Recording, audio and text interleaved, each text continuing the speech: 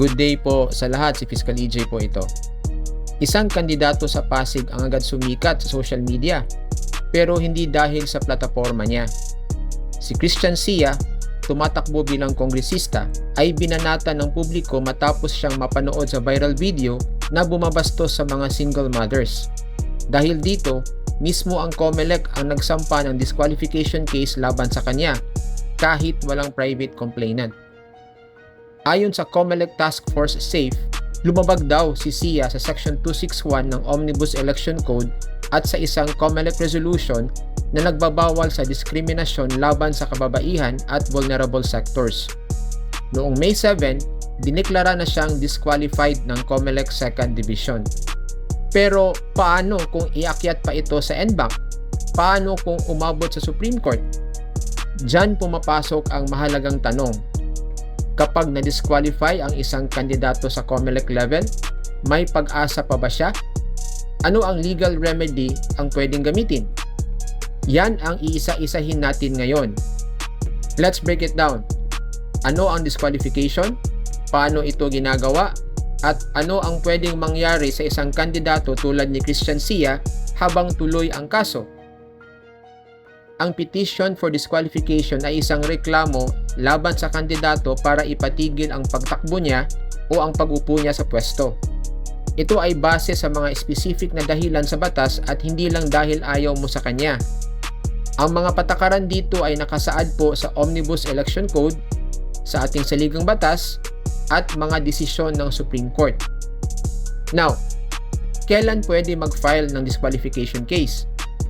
Pwede kang mag-file ng disqualification petition within 5 days after the last day ng filing ng Certificate of Candidacy o kahit habang campaign period basta bago maiproklama ang kandidato. Pero kapag naiproklama na ang kandidato, hindi na po disqualification ang remedy, kundi election protest or a petition for quo warranto. Fiscal, ano ba ang mga valid grounds para ma-disqualify ang isang kandidato? Ito po ang ilan sa mga valid grounds. First valid ground, hindi siya qualified sa position, tulad ng kulang sa edad, hindi taga roon o hindi siya resident, o hindi siya Filipino citizen.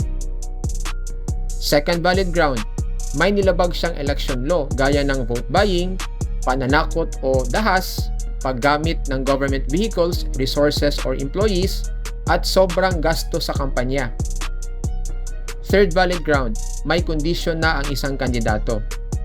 Kung nahatulan na siya ng kasong may moral turpitude o may parusang higit sa 1 taon at hindi ito na-reverse o na-pardon, disqualified po siya to run for a public office. And fifth valid ground, may dual citizenship ang isang kandidato. Halimbawa, under RA 9225, kailangan po munang i-renounce ng kandidato ang kanyang foreign citizenship bago siya tumakbo.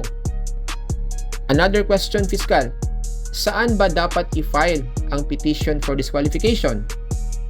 Ang disqualification petition po ay sinasampa sa COMELEC at dumadaan ito sa ganitong proseso. Number 1, sa COMELEC Division. Dito unang dinidinig ang kaso. Kung dinisqualify ang kandidato tulad ni Christian Sia sa COMELEC Division, pwede niya pa itong iapila sa number 2, COMELEC NBank. And kung dinisqualify pa rin siya ng COMELEC NBank, pwede pa niya itong iakyat sa number 3, Supreme Court kapag may grave abuse of discretion under Rule 64 of the Rules of Court. Another question, Fiscal, paano po ang proseso? Ang petition po ay dapat verified, may ebidensya at suportado ng affidavit o dokumento. Summary proceeding lang po ito. Ibig sabihin, mabilis ang proseso. Ang burden of proof ay nasa petitioner, yung nag-file ng disqualification case. Siya ang kailangang magpakita ng sapat na ebidensya kung bakit niya ipinapadisqualify ang isang kandidato. Another question, Fiscal, anong epekto kung ma-disqualify ang isang kandidato? Depende po kung kailan siya na-disqualify. Kung na-disqualify ang kandidato bago ang eleksyon at final na ang decision disqualifying him, pwede na pong tanggalin ang pangalan ng kandidatong iyon sa balota.